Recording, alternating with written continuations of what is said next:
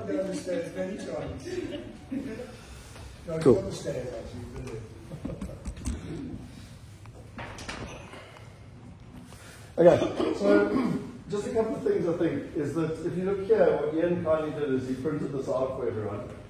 And because a couple of people have asked questions, and they basically said like, well, firstly, is the unit built?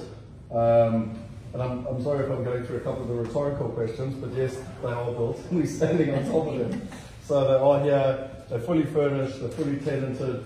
So every single one of the units that's on here is what Gary's done is you've got, oh, sorry, not yet, Ian's done, is you've got the unit, the size, the location, the price, the current rent, when the tenancy is up, what it is now, how long it is, everything. So from this perspective, we've got a lot of transparency around what are the current numbers. Does that make sense?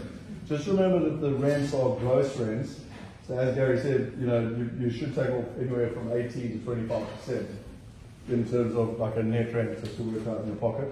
Then the other thing that is important is that, and more so for people that might be online, if people did want to actually get a unit on their own, what they do is they offer a 2-year rental guarantee.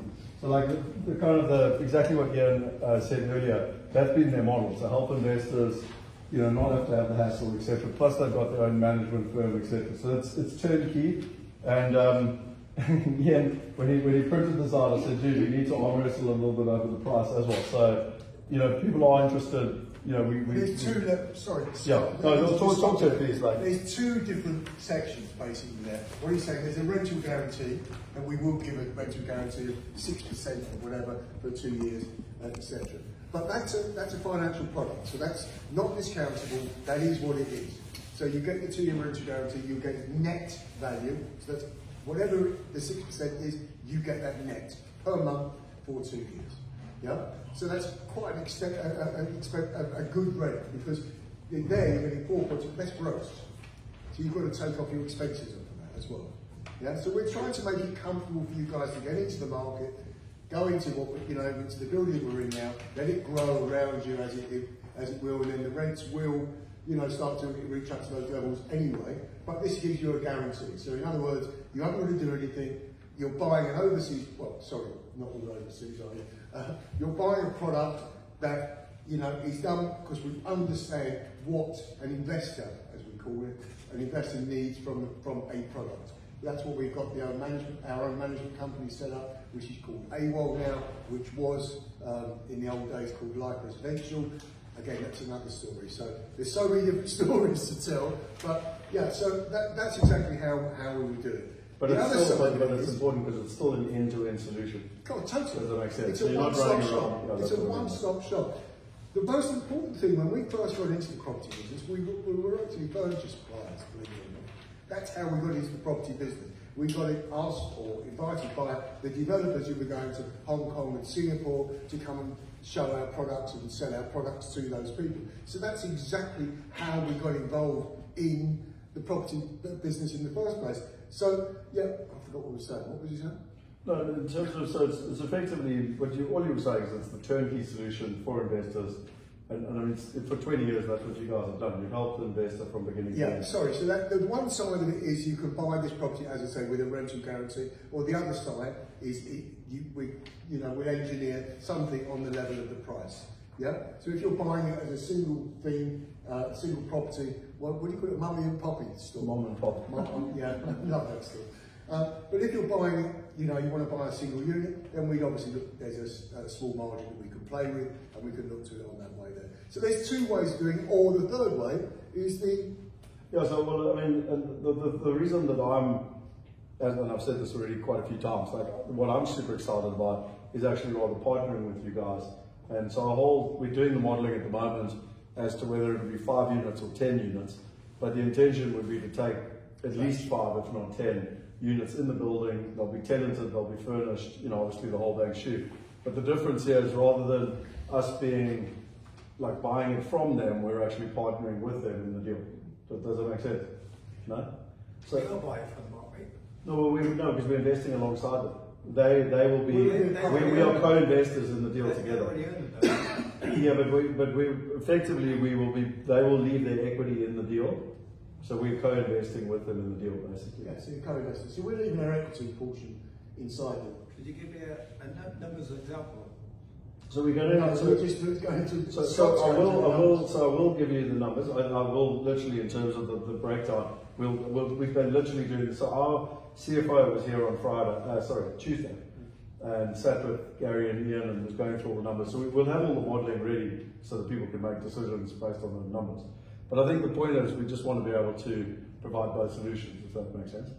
You know, in terms of what people want. With three solutions. But it would be Well, good to have three solutions, yeah. comparisons whereby you've got the buy-to-let scenario, an illustration for that, with a 2-year guarantee, versus the fractionalised approach, so that you can see what the difference is. Because one of my earlier questions was, I meant to ask the finance guy, is buy-to-let in the UK dead? Because we had a portfolio in London which was sold 10 years ago because the return on it was something like 2 to 3% net. So we had a big pot of equity doing nothing effectively. And I can't see how the UK buy-to-let market has improved any since then. It hasn't. So I wonder It's not improved, it's just changed. Sorry? It's not improved, it's just changed. It's You know, changed regulations significantly away from Yeah. the benefit of the investor, the mom and pop investor. To a point, and it depends on how you're structured tax-wise, etc. It's done on different levels, isn't it? The government are, doing it their way to try and stop these multi-landlords owning properties that are not giving a full service to the tenant. Whereas I think our product is completely different. You're saying, the whole thing's collapsed or whatever. It's at a completely different level. You're talking about two different scenarios. Well, I'm talking about my scenario, which is as a mom and pop investor. So one of the options you just presented is you can own one of these properties on your own. Correct. As a buy-to-let with a 2-year rent guarantee. So I just wanted to see that as an illustration of what that looked like in terms of net return compared to what a Well, I said the net fractionalised return is 6%. return would be 6% for 2 years. on the fractionalised. No. So, But I think to answer your question, we will have. There was no ways to have it ready by today, but we will have the models available, whether it's the individual investment with a 2-year rent guarantee at 6%, or the fractional. And I mean, with the fractional, the whole idea is we want to make it as from an investor perspective as attractive as possible, obviously, in terms of how we can put it together. I think to answer your second question, I tend to agree with you where, like, let's just call it, I think you and I have chatted about this a couple of times, where the traditional kind of just buy-to-let investing is dying, in my opinion. It's becoming harder and harder and harder to do it. And that's what Gary was talking about. Gary, do you want to come sit here? No, you can. I mean, that's what Gary was talking about. And I mean, even if you take these purpose-built it's becoming much more institutionalized. And the reason being is that the more they institutionalize it, the more they can cut out all the friction costs. And that's where the opportunity lies. Yeah, Does that make sense? So, like, I think, to give you the numbers that he said, the average landlord, it's costing 25% from your gross rental off in terms of your net. If they can get that down to 18%, that's 7% that they're saving. If they can get those margins all the way through, that's where the efficiencies are coming in. Does that make sense? that's what I was trying to get a handle on. Yeah. How much those efficiencies are worth in terms of return. Yeah, and we'll give you that. Does the 6% net return include service charge and ground rent? Yeah, for the first 2 years. Yeah. So it's a proper net. It is. 6%. But again, it's non-negotiable in terms of margins. So it is what it is. It's a financial product that actually is good for you. It's actually good for us. It's good for all parties involved. I think the bottom line is in London you could probably buy 4.5 to 5 net. Really? What parts of London? No, but I'm saying on a good day, right? Net. Yeah, net 4. You should be able to. I mean, Once you said 4, but the thing is that we probably at 6%, probably subsidising the service charges a little bit, maybe by 0.5 to 1%, but it's about time. Because if you then factor in growth on your rental at 3%, which we should have, and we think we'll have micro growth in the building, because just the things we're finishing and the journey for a tenant when they're coming in starts getting better and better. So we, like the flat, I don't know, did you see the flat below here, the 2-bedroom? Yeah. Okay, we just rented that at £4,000 a month. Have we? I've lost my shirt now. So giving a 3% over a couple of years should equalise to 6%, and then it should. But also, Gary, the reason I was just explaining, the reason with our rental guarantee over a 2-year period is what happens here in the next 2 years. As you can see from out there, looking out this window now, the growth will be humongous amongst the development. So what that will only do to this building is it will just lift it up again. So, you know, by going for the 2-year thing, it's a great way for you guys to get into the marketplace, get your 2 years out of the way as well, so it's 2.5 years. Well, in 2.5 years' time, you're almost getting ready now for the station. So the logistics of that, or adding to the area, will only increase your values. And that's not by just us saying that, that's by history. Actually, look around the world's history of regeneration, and that's there in story. That's actually out there, black and white proof. There's not just us, you know, talking our normal sales valuations or whatever, or sales talk. That's actual real, you know, that's a prediction. No, of course it is. Well, we keep it regardless. 300, we currently have like 450, keeping 308 units here, long term. So, yeah. So even the cycle of if you take the prediction of shortage and supply going down and demand going up and prices growing, even at, you can model it at 2% even, but we think 3%, added to a decreasing interest rate, so your net will become better. Yeah. Are you breaking even in terms of inflation? How do you calculate that? Well, in terms of rental growth versus inflation?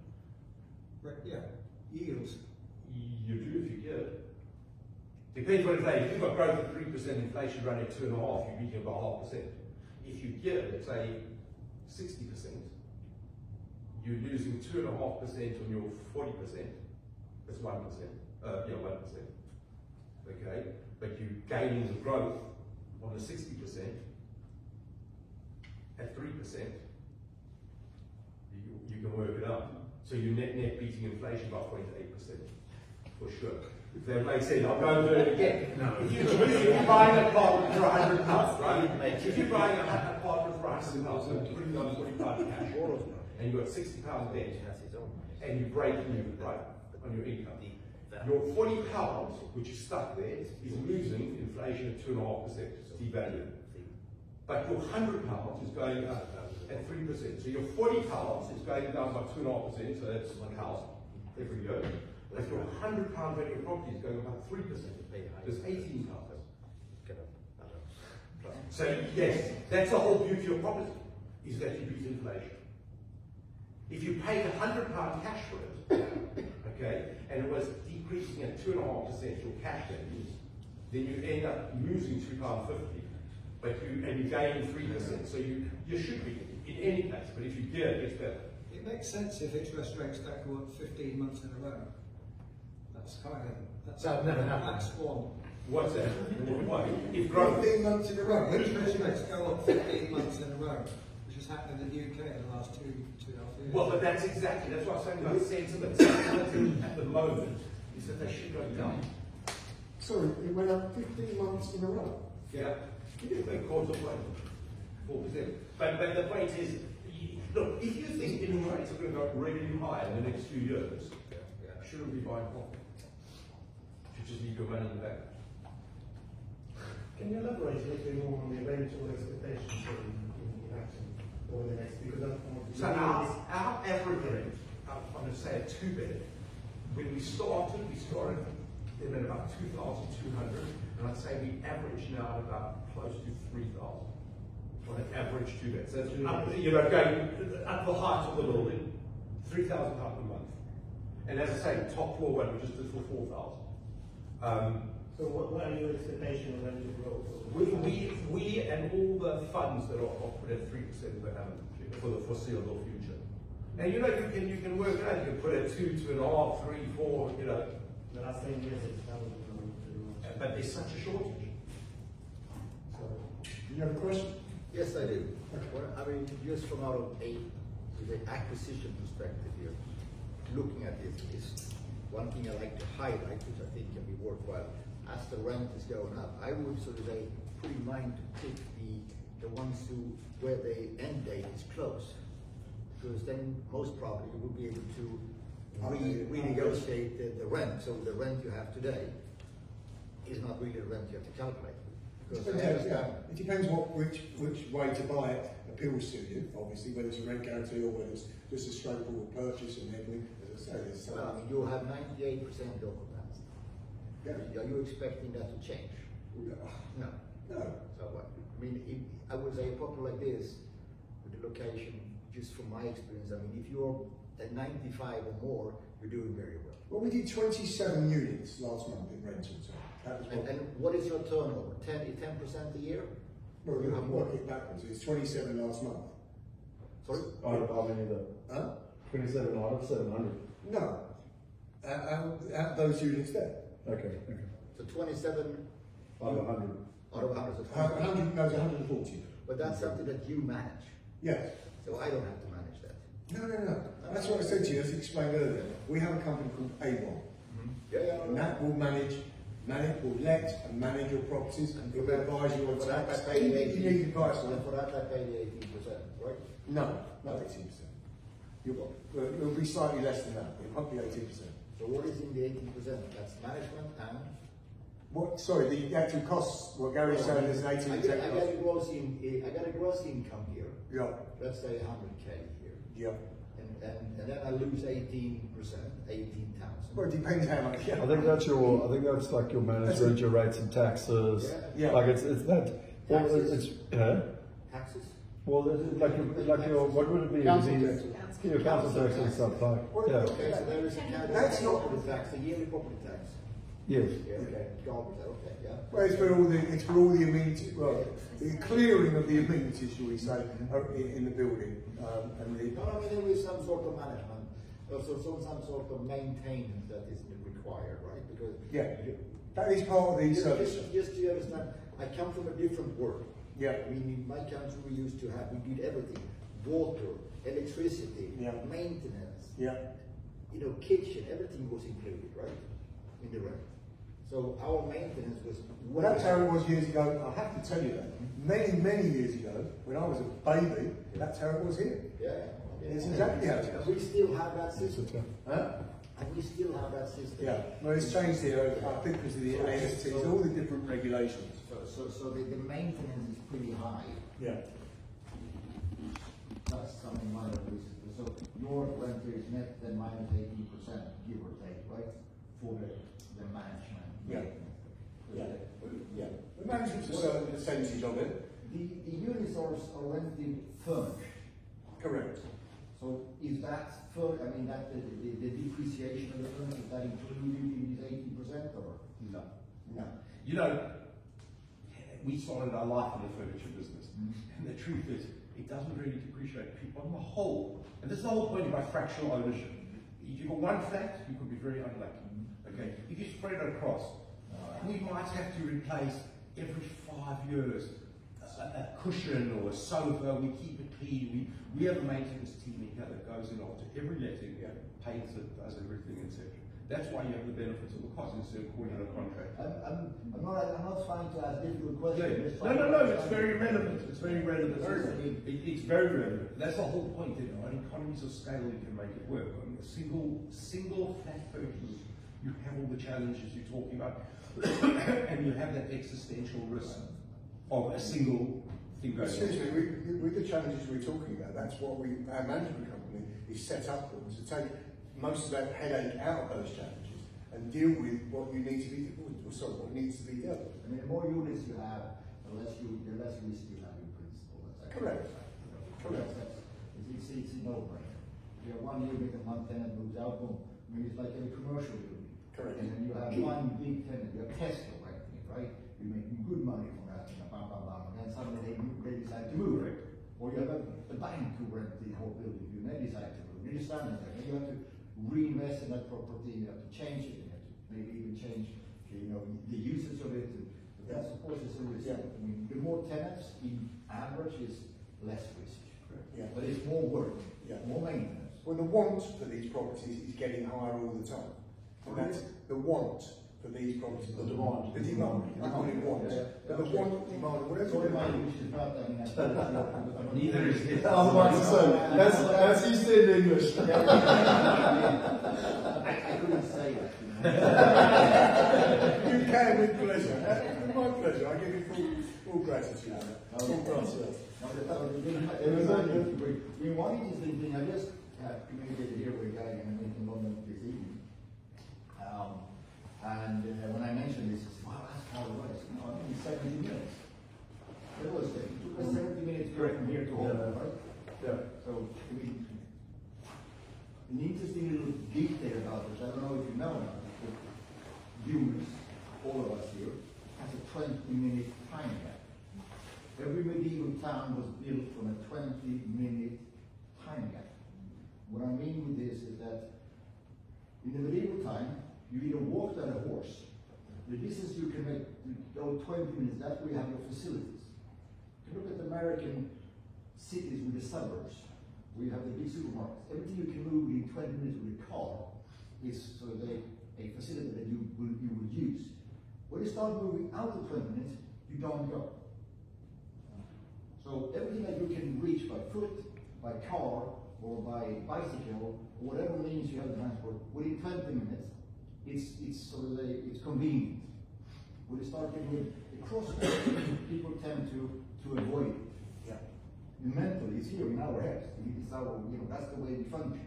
So it's really interesting. I don't know if any of you follow Rory Stewart on Instagram, and he's got the great comment about Eurotunnel, when they're complaining that the trip on Eurotunnel was like, it was too long and there wasn't internet and people were getting a bit annoyed, so they came up with this plan to speed it up. It was going to cost £6 billion. And he says that they recommended, instead of charge £6 billion, he says put in internet into this train, and then people won't notice the time because they can be productive. And he said if you really want to save money, he says put the best looking male and female stewardess in that, and he says super fast things in it, and everyone will ask you to make the train go slow. So it's a good analogy. Yeah, but that's based on an it's very interesting. But I mean, we as humans, we do not want to move more than 20 minutes until we reach one. You can go to the bakery. We don't go to a bakery 30 minutes. It's really So interesting. wonderful So thing we about had this that experience because we had our offices here. Yeah. So we knew what people were doing. We knew the thing, because you have to remember when we started building this building, we were the first underground. So there's nothing there, but we knew that concept, and it was always a 15 to 17-minute trip into central London. So if you're a rent I'll give you an example. The rent at White City, which you can see there, which is, I think it's 4 minutes from here to White City, are about 30% higher. So if you're a student or someone like that, 30% is a big amount of money on £3,000. Scott, the train you went, was it called Circle Line? Central. Line. That's the only communication to London today. No, that's the whole point. You've got Central Line, and just across the road, you've got Elizabeth Line. So you can get to Heathrow, so going west, from to Heathrow is 12 minutes from here. That's good. And to Canary Wharf is 18 minutes. Yeah, and all the way to Bond Canary Wharf, Street. to Straight to Bond Street. is 10 minutes, 8 to 10 minutes. I don't know what this was. Bond Street. Bond Street. Bond Street. So Central Line, Line. Bond Street, Yeah, I know Bond Street on the Central Line is 17 minutes, and on Crossrail is 8 minutes. The difference with Crossrail is you have to make sure the trains are there.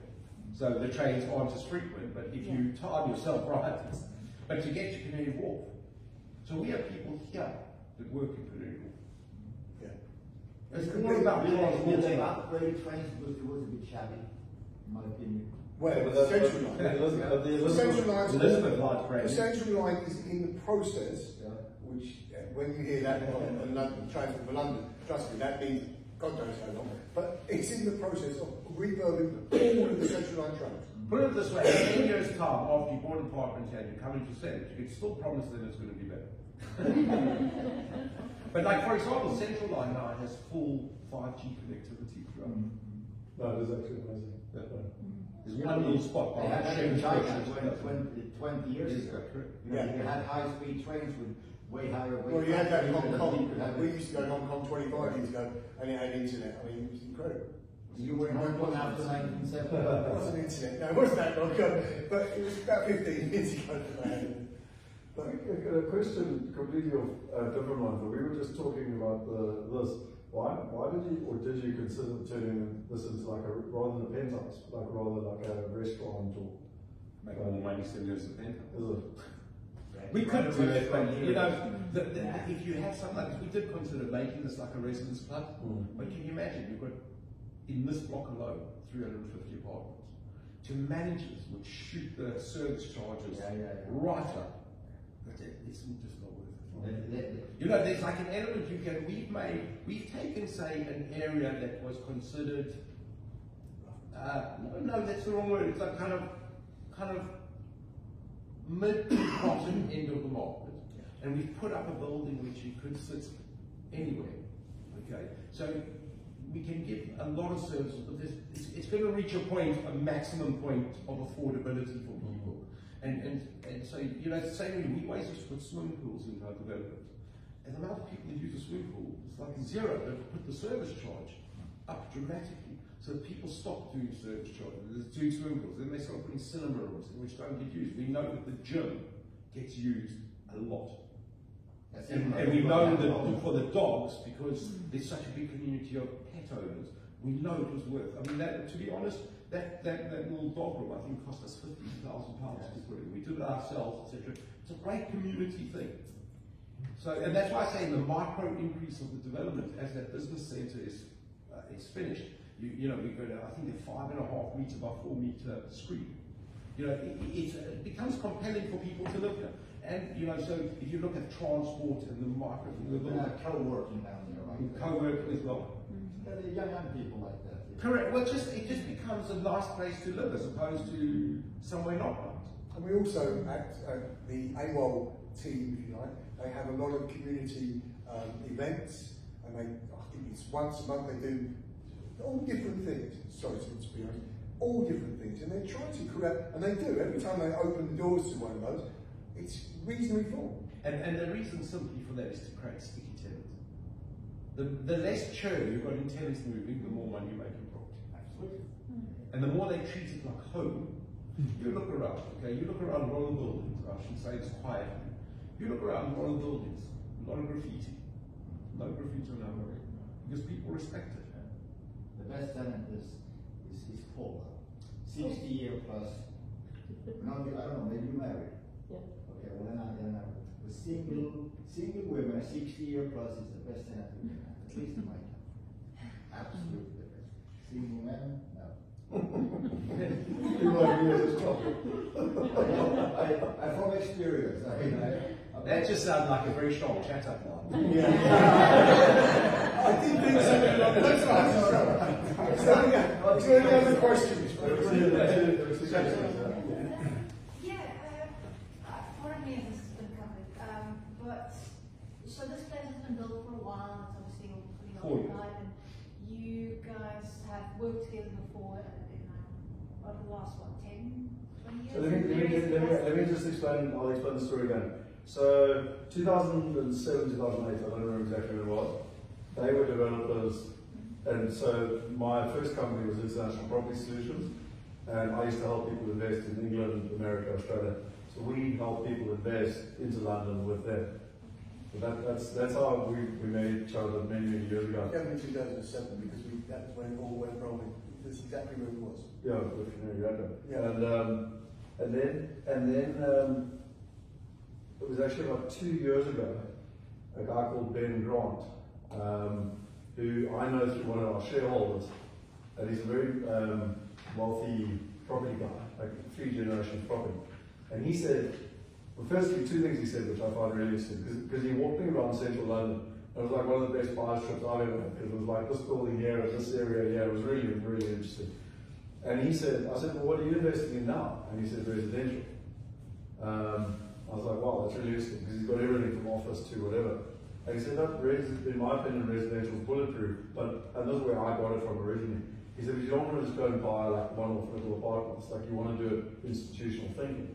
So I was like, well, that sounds brilliant, like how, let's do that. And then he said, I've got a friend who's a developer who's tired of building and selling, he wants to build and hold. I should put you guys in contact. So I said, oh, I'd love, like, who is that person? He said, Gary Sachs. And I was like, oh, wow, this is bizarre, like, full circle. So it was probably about 18 months ago, like I don't know, 2 years ago, 18 months ago, that we reconnected. And then with Ian and my business partner, that actually the co-founder of Bar Go is Jacob Moritz. And we started talking about a year ago, plus months, like, in terms of it, like with anything in life, these things sort of drag, and then eventually I was like, I'll come to London and sort this out. I think I know where your question goes. Yeah. So, Why now? okay, so when we built this building, our business plan was to sell the tall tower and to keep the other buildings and run them, as I say, for rent. During the build process, we managed to get planning for another 12 stories here and another 8 stories in the tall building, which gave us, and we had sold, say, 80% of them, and then COVID happened. The market went quiet, interest rates, inflation, we know the story where we are today. So we ended up having here, in this block, 150 odd flats. So it's not really our business plan to keep these, but we know the economy scales of managing, instead of managing 308 flats, which we were always going to keep, we took long-term finance, we got long-term debt on it. And just to say that I fixed our money, okay, I'll probably upset all of you, but I fixed our money at 0.7%, okay, for 10 years. So with margin, with bank margin, everything, we only in for 3.9% on the other ones. Here we pay more, we have our funding with Investec. And so we just carrying on building our business plan, and instead of selling off plan, we're selling something already stabilised with tenants in a building where you know what the service charges are, you know everything. So that's the reason that we are selling. If we had enough capital, I wouldn't be selling anything. To be true. Sorry. So Gary, are you going to be using the funds to pay down the debt that you put on the building? That's what you raised money for. Well, we're not under pressure to raise debt. Just as I say on our building plan, we've got a lot of equity in this building as well, because this business is so capital intensive. Okay, and so we have a lot of equity in this building that we'd like to just liquidate so we can go and build some more. It was never in our business plan to keep this building. Yeah. Sorry, I know you were trying to. Yeah, I was just going to ask a question about the future, really. It's a little bit of a tangent, but you don't look as though you're about to retire anytime soon. Yeah. As a mom and pop developer, I am retiring. Tomorrow would be a good day. Well, I was just wondering how you manage things like the pipeline. When you talked this morning about the difficulties with planning, and I think you underestimated some of the difficulties. You've got to have very deep pockets and a very long time scale to play that game. Then you talk about, say, land acquisition or land assembly, which must be very, very difficult when you've got someone across the road there who's looking to buy up everything as well. And property sourcing is not as straightforward as it used to be. So I don't know if you land bank, but I'm just wondering how you manage your pipeline. Do you have a pipeline and how do you manage it? So at this moment in time, we are sold out completely. So we just sold those 2 buildings. So you've got no future developments in there? No, we have, because with the OPC, the government, we were buying plots around here, and our competitor was the government, in the GLA. They had a £200 million pot, so they bought all the land. To be more with? To develop. Okay. As a social landlord? No. Right. They wanted so instead of getting kind of batches of buildings being developed, they want a master plan. So we'll go in conjunction with them, and they will issue land to people like ourselves to actually develop. Basically the same as what happened in Canary Wharf. No, and that's what they're trying to avoid. They're trying to avoid haphazard development. So if they own the land, so I can point out a few, like this, where Bowden's, there's a big, or even where those tall buildings are, there's a whole big site they bought there. It was Lord's Builders Merchants. So they paid for the land, and the deal we're doing with them is we'll then take it through planning. They can't just give themselves planning. So they'll buy the land, they still have to go through the full process of planning. So they buy the land? They take an option out of it? We don't even take an option, we go as a partnership. We'll put in the capital to do the planning application, to do the development, to stabilise and to do everything. They like us also because we're a housing association as well. So we can continue running that. And together with them we'll deliver. and then they put in their land, they put it in at the price they bought it, but they don't charge you interest, so it's like equity when it comes to funding. But you know, just the market for land right now, the truth is land values should come down, but they're not going to. The best business in this industry is getting land. Take the chance of planning and selling it. You know, rather than develop it, there's a lot of headaches putting a building like this up. But land is also dangerous because if land doesn't give you any cash flow, you can sit with it for long. Correct, there's no tax. I've always said, when like I'm talking to So, government you people, pay I've always tax said on what they land. should do. Well, the minute they sign a planning application, if you don't build within 6 months, pay a tax. Yeah, I mean, that's what I'm saying. Land can be a little bit of a risky The business. problem is most of the parliamentarians own land. So it will never happen. Well, no, but they That's have my a- personal view they of have a- politicians. they have a- It's about a donkey sanctuary by any chance. I'm sorry. No, but you know, unfortunately, that's what drives them. You know, they don't want to upset their voters. So yes, you know, so I think the prospects for UK property, they're not wonderful, but they're not bad, and they're quite stable. But it's all relative to what else you can buy. You can go buy in America or New York, wherever, etc. That's quite strong. But it's much more to do with the global economy, in my opinion. But locally here, in this little bubble of West London and the growth, there is so much future growth. That's kind of, you know, depends when you get on it. But then the development game now is so difficult by comparison even to 10 years ago.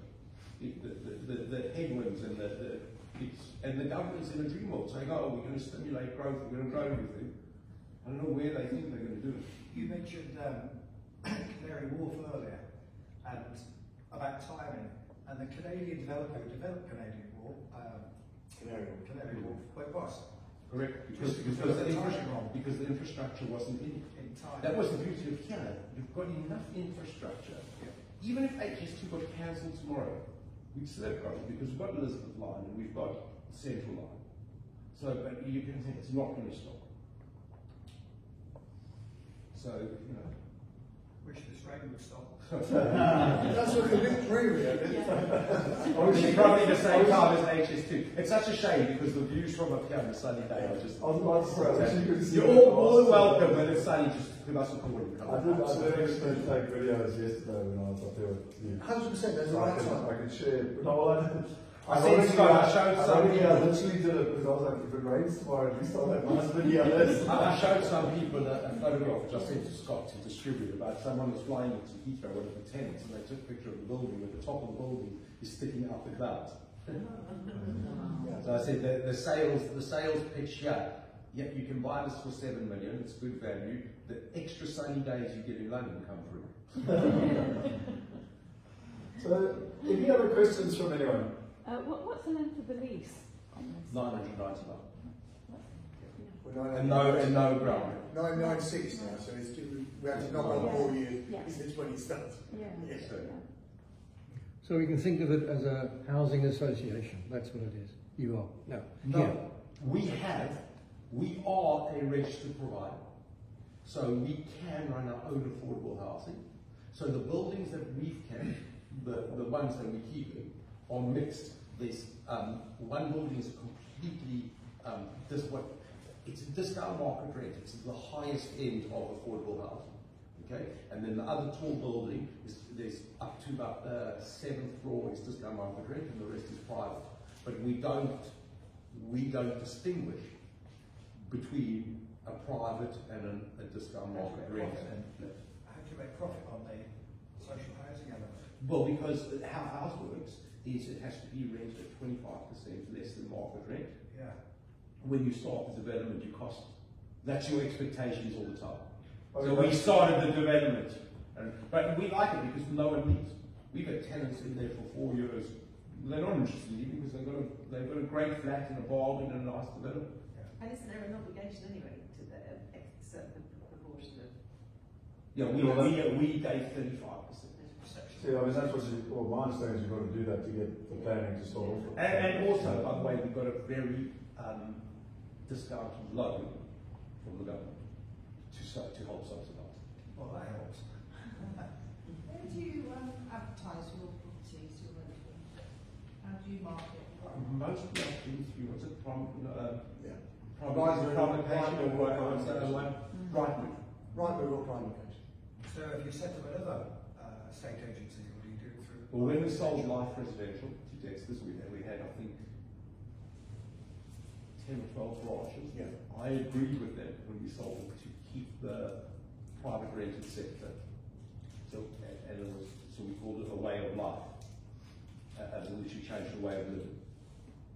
So that's our brand. But we only at the moment, only doing our own stock. That's what Ian was talking about, AWOL. Yeah, So if you walk around here, you'll see sometimes it literally says AWOL. Yeah. So effectively, that's their management solution. And I think, I mean, this is what I've been trying to say. The nice thing here is that each part of this process has been taken care of. You know, as an investor, I don't have to worry about going and finding a tenant or finding management. It's fair to say that we understand that stuff. It's very much part of our whole, the build-up of it is understanding the requirement that we need to provide. Well, at one stage, Life Residential was the largest landlord in effective landlord. No. Sure. Yeah. We're managing more properties than any single company. I'm not really familiar with rental guarantees. So if, say, we said, like the idea of 6%, could we have a rental guarantee instead of for 2 years, 3 years or 4 years? Would that be a lower rent? No, I'd probably now do it. Right. Simply because we'll get the upside there. Yeah. Because if you do the math over a couple of years, if you have growth, you should be. The reason we did rental guarantees was simply so to avoid it's a little bit like a fractional ownership. It takes away the risk, right? So for an what happens individual at the buyer, end of the rental guarantee period? Can you just do that? it just goes whatever the rent is, the rent is. It becomes your property, Yeah. and then whoever, if there's a tenant in there, you can take the tenant over. It will be at whatever the tenant's paying at that particular time. It won't be what we're paying you.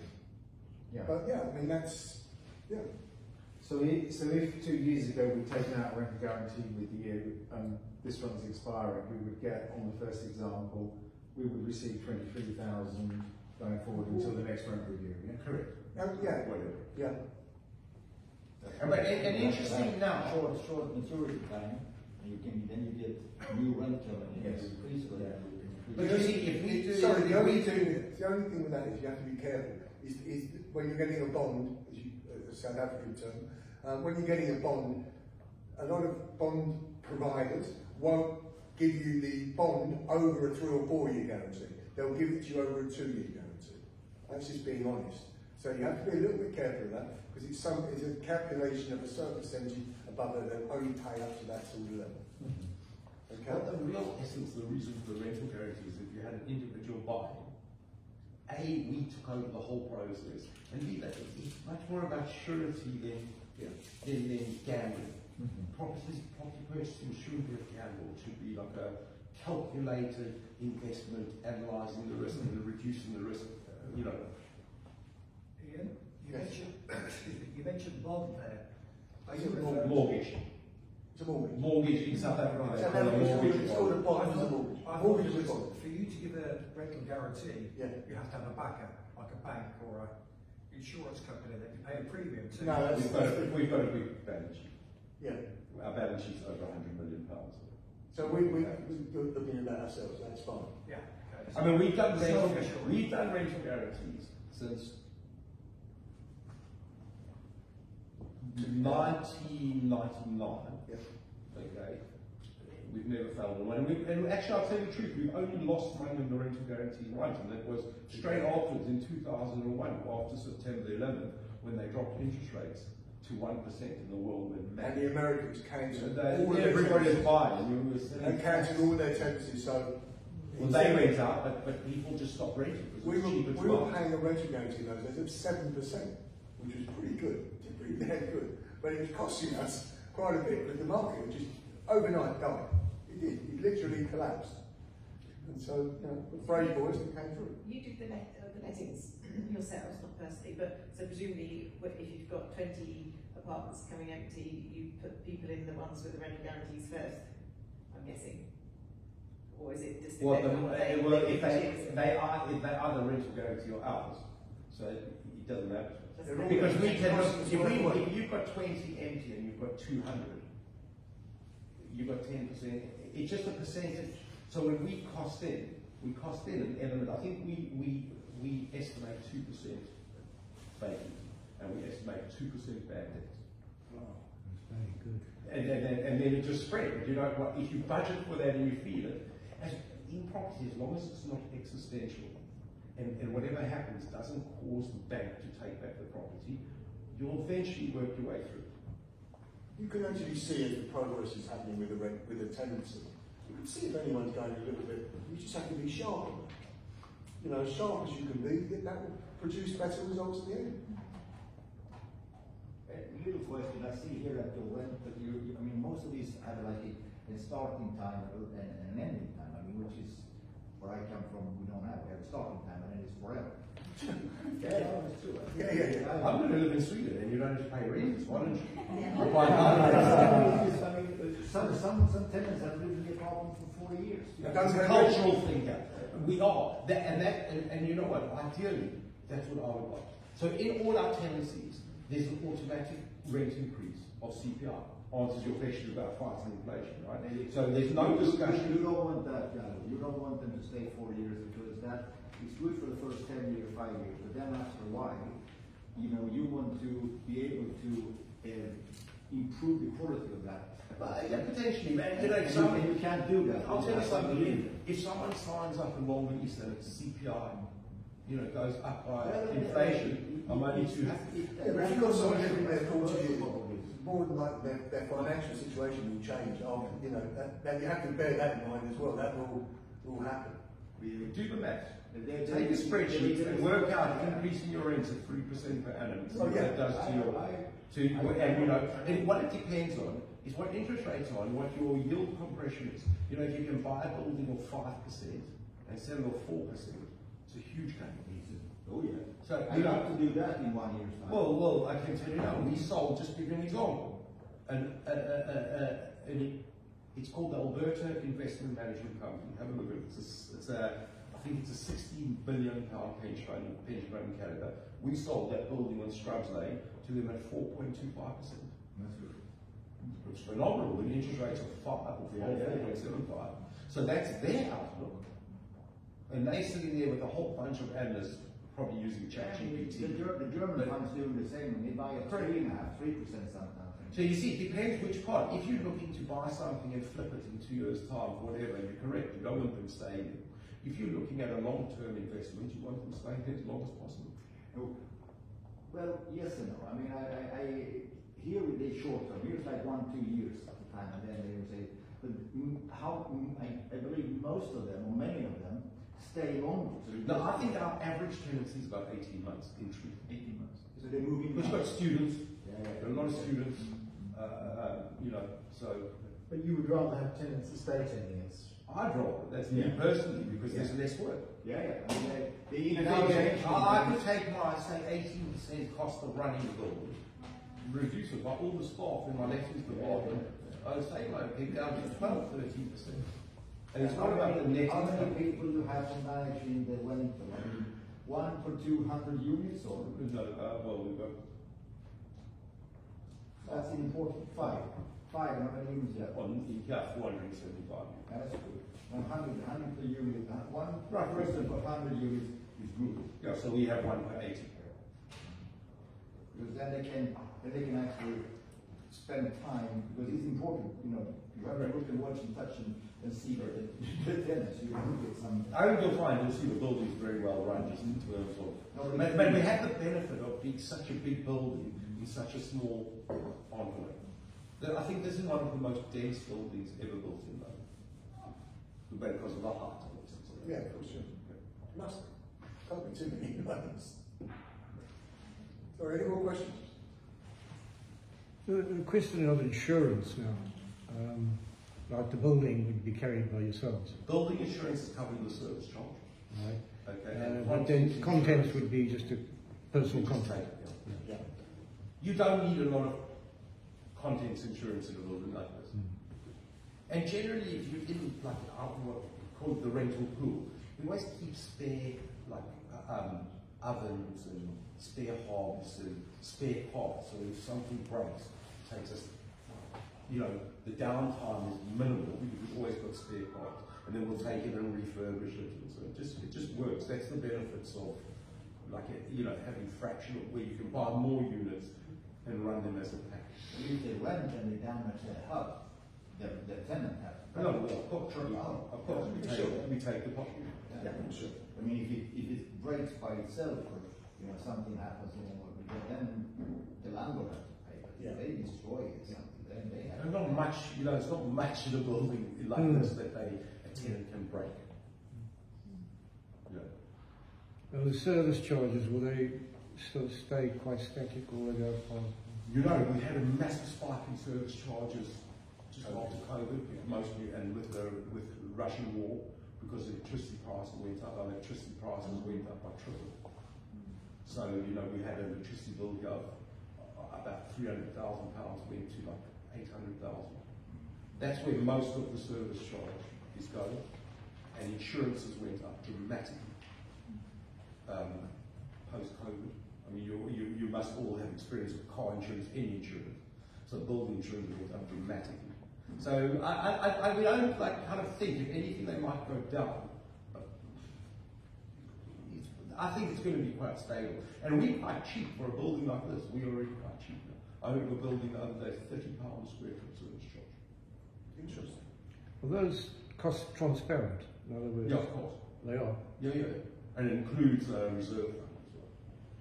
Yeah, they have to be transparent. We use a company called JAR International to run the freehold into the account, so they're responsible. Might save in a building together. That's another issue we have here, just for example, is cleaning the building. Because they can only jump down, they come up here actually, and they abseil down and clean the building. And they can only do it when it's good weather. And then generally they do it, and a week later the building's dirty again, just because of the dust from HS2. So actually we don't mind the rain, like this, just a bit of cleaning. Any other issues, Tom? Actually not related to the investing, just wanted to know what's happening for the rest of the day. Are we having a party? Are we doing a live? Well, to be honest, I thought you would all take a nice long walk around all the different stations. That's really interesting. So this is a really good, where you guys are going just across the road, is a really good example of what's happening in the area. Imperial College owned the building.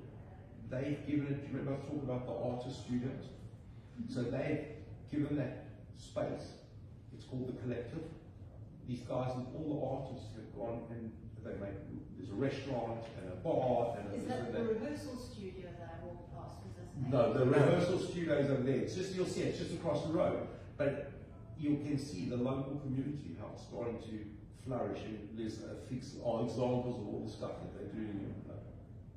I don't know, did you see the in the foyer, the light fittings? Yeah. Yes. Tell you about that. So that's all like reconstituted coffee cups and that. Correct, but there's 3 French architects, and their whole idea is building from other materials other than bricks, and building in a automated way, and that's how that's developed. Very cool. I was going to ask you that one painting, well, I call it a painting, I think it is a painting. I think, did Banksy do that? No. If Banksy did it, would be worth more than the building. I say the quality, I'm a bit of I've got paintings and I love just art. And the quality of that is that kind of level. Well, I've got to say, the guy who did those was originally Gary's decorator. No. Which ones are you talking about? Oh, you talking about Paul's or you talking which about... Which particular one are you talking about? The gentleman, where's the man there? He looks like Banksy's painting. There's a rugged face, the hat. Oh no, yeah, that's our... So first of all, in the building, we have about 600 pieces of art. So we have a website called, same as AWOL, Art Without Limits, and we promote all the artists, right? So it's a bit of community involvement and everything. So imagine on each floor we have a hand-painted piece on the end. So, you know, we've got 150 floors across the building, and there's sculptures, etc., all done by locals, local people, but we have a full-time painter. In fact, he was walking, I saw him walking a minute ago. Full-time painter who I met because I was decorating my house and this guy was there, and before he had painted the wall, I walked in, he had done this amazing mural. Just for fun, and he's an artist, so we took him on full-time, and he does it. That dog room, he paints it all by hand. All this stuff, so, you know, we kind of... So you're onto a winner there. You've got to incorporate it in your building. That's an asset. Yeah. I showed you all the artwork as well in the underground car park. That's all him as well. And the point of it started is just wayfinding, because the basement's quite complicated. So if you come to the basement, you don't know where you live, etc. So that's why we put the various pictures so people can see it, and then say, okay, I know exactly. I have to go in whichever picture. And then in his boring time, he's painting hallways, flats, etc. So we have this rolling maintenance program. So I think to answer Dom's question, there were 3 reasons why we've done today. So the first one was to come and spend time with you guys and to really kind of hopefully learn, property investment, but at a whole other level. And I just want to thank the 2 of you specifically. You've given the best part of the whole day today, so I don't take that lightly. The market's not so busy though. We've quite enjoyed it as well. The second thing, obviously, is to get a sense of this area. And, again, from up here, you've heard me say this a few times, I thought we were going to be walking all over the suburb trying to get a sense of it. That's how we used to do it. But it's actually so much easier just to come to the 54th floor. Just go there. So at least we don't have to do that. Yes, it's a killer. It's safe. You're not going to get both of them. Well, actually, we didn't actually see anything. I was about to say, we didn't factor in a hurricane coming through. But anyway, again, I really appreciate being able to come up to the top floor and get a sense of where everything's at. And, again, when it comes to property, there's certain, as you said, micro and macro, and it's just incredible seeing everything that's happening around it. So I hope everyone's enjoyed it in terms of that process. And then the third reason we've got together is to have a bit of fun and get to know each other, and that's why we're now going to the collective. To go and just have some fun, get to know each other, have a beer, and connect. And interestingly, with people that are there, general people ask them about the area, they get a good sense. I think perfect. So there's, Mike, sorry. A completely off the wall question. I've always looked up at these tall buildings, and I've wondered, how on earth did they get the cranes tall enough to lift the material? You have to look at how we have pictures actually. Yeah, but does the materials come up through the building at a certain point? So what happens is, in the basement, you put the basement down off the piling, and then you build a concrete base for the crane, and you bring a driven crane on a truck, and you start putting the crane in, and then you do a second crane. So the second crane then will lift the first crane, and then the first crane will lift the second crane. And what they do is they have a component. Imagine the crane is like that. They have a piece that's slightly wider that they slip around it. Okay, so if you've got the 2 pieces joined, they'll put that round, and then they'll hoist the one up within that frame, and then put the new component in the middle. It's quite interesting to watch. So this kind of crane to lift a crane, correct, to get right to the top. Correct. And reverse as well. Yeah, and then you dismantle, bring it. It has to be quite the same. It's quite interesting watching it come down. At one stage, our 2 cranes here were the tallest cranes in Europe. Excuse my English, was there somebody in that crane up there? Like All the somebody time. operating? All the time. And I'll tell you something worse. He had to climb up every day. Oh! Does he have an ostrich mask? Honestly, they climb up every single day. Oh my God. How long did this take? You used to climb up every day. Was he allowed to go on holiday? Was he allowed to go on holiday? Well, I suppose they had more than one operator. Did he have a parachute to get down? And it's It's an come outside down. crane. It's come down. I think it's 20 minutes, half an hour getting up. It's fine. Yeah, it's the top level. That's some serious guys. Yeah, but you see the guys jump off the edge all the time. Yeah. I showed some of the people, if you look, there's a bit of a dark rope in here about a year ago. and got someone to film and hanging by one hand off the balcony outside. I saw a picture.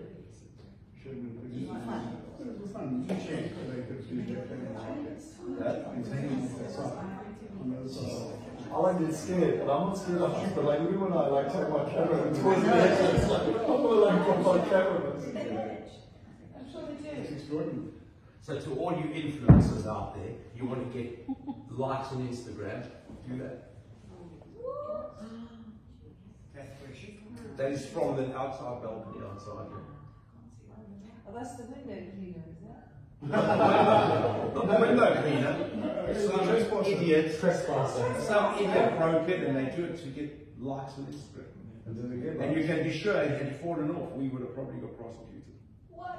The worst thing is if there is somebody who try to copy, copy and paste, This floor. and not as good, and then they fall. Well, there was about 5 weeks ago, a guy, and it was in the newspapers, a guy fell off a bridge in Spain. The first thing I checked this guy's website, his Instagram, but he had done a post since then, so it's okay. Did you get lots of likes for that? Did you take like Did I the like last it? day? I didn't. No, he didn't. If you want likes, likes on Instagram, post the picture that you showed us. Yeah. The one you take from the plane. I'll put that one on the group. Yeah. Well, the one with the building. Yeah, I'll try that on the Yeah, it's pretty cool. Cool. Now, I've got 7,000 likes for that. That's a bit proof of this, right? Did everyone get one of these splits of paper? Does anyone need? Because I can email it as well. You have this given to me, so. just make sure that they've all got the thing that I sent you again tonight, the one West Point. Yeah. So just by the way, did you guys all? I sent a link on Wednesday that has like all the audio, visual, and all the growth around this area and everything. Have you all got that? I'll just post it again just in case you didn't get it. Was that cool? Yeah, the one that you gave me on The virtual market. I just want to make sure So we have a virtual market this week, which is everything about the building, all the internal views, external views, all the details. So now, just before we go to the pub, we will have to do that exercise where you hang off the balcony. We've got the pressure on. I saw there's oil on the thing. Yeah, that's right. Right, guys, before we do wrap up, seriously, is there any more questions while Gary and I are here?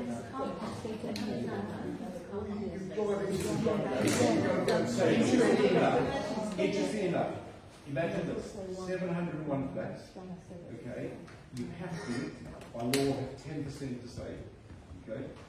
We have 72 parking spaces. We didn't sell any of them, okay? We kept them and then it's kind of a first come, first served basis, okay? Our car park is maybe 30%. So, because the transport, people are coming up with transport. What do you need? And actually, when you look at the cars that are now, and the cars, what do you need? And interesting, the cars are down here.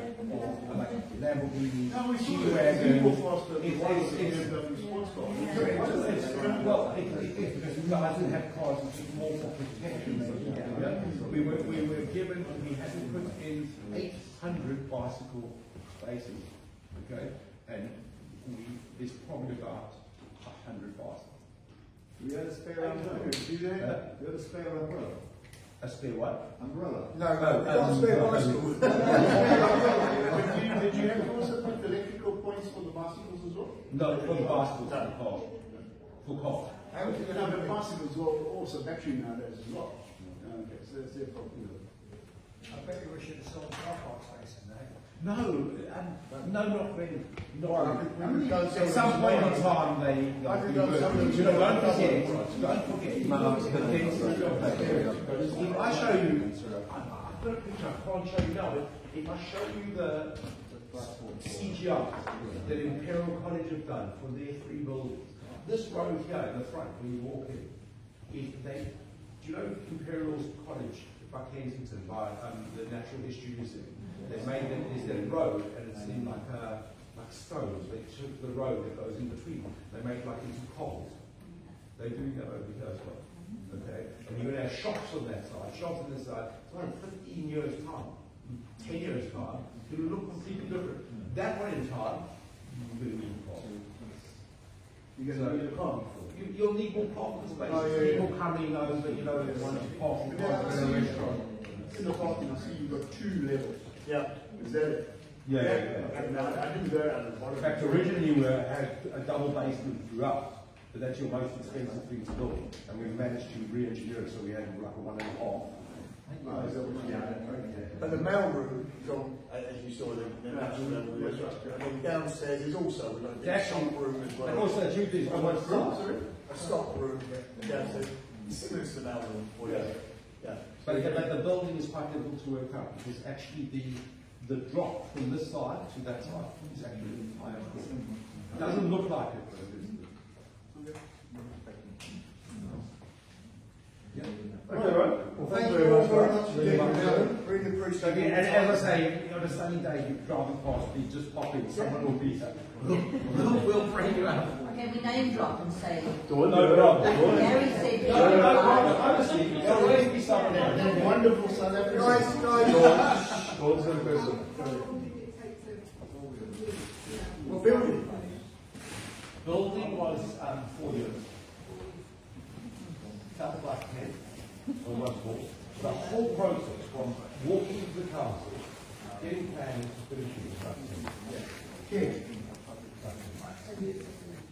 But the funniest thing was, when we first bought our site, what was our furniture office, which we're sitting on now, literally was our office downstairs, we were told that as long as we bought that site, we would never be able to get planning permission on how to build residential. 14 years later, 15, for how long ago? 20 years later, that's what happened. That's how it changed. It's incremental changes. You know? In fact, Gary's dad was instrumental in, you know, he used to go and see the council guys, and he made... What actually happened, my father is a furniture business South Africa, immigrated here about 20 years after I did. And he was retired, he was helping me run Marsh Residential, and he came to me and he said, you know, he says, the council was having a cocktail party, you want to go? I said, okay, I'm not interested. And he came back and says, you know, I think they're going to get you built tall buildings. I said, okay. And there's a picture of my father here when we first started knocking down all this. Yeah. And that was, I can tell you what date it was. That was 2018. That's when we started construction. But not already yet. Yeah, you had the volume very strong. And one of our tenants here was a very good tenant. Our warehouses. We built the whole way from COVID, and all the planning you see came from me. And also the Queen's lingerie provider was here as well. What? Rigby and Harris. So interesting enough, when you used to see, they used to show in COVID all the tube stations really busy, and the whole complaints about people working, people moved back to the tube station was our crew, because we didn't have to stop building. And we just programmed everything to be like all jobs 2 meters or 3 meters apart. And it got to a point, right like when it was really all happening, where even council asked us, they said, we know you don't have to stop it. Please, would you slow it down, reduce the number of staff, because we're getting bad press about the people coming off the tube station. Why didn't you do it stop? Construction is not to stop. No, but you can start in the build centre by 2 meters apart. I remember very well. This whole building, to be honest, you know, if you kind of see what can go wrong in the building, we were lucky with interest rates, with planning, with interest rates, getting through COVID, with selling or where to sell. When it came to renting, the rental market was the busiest it had been.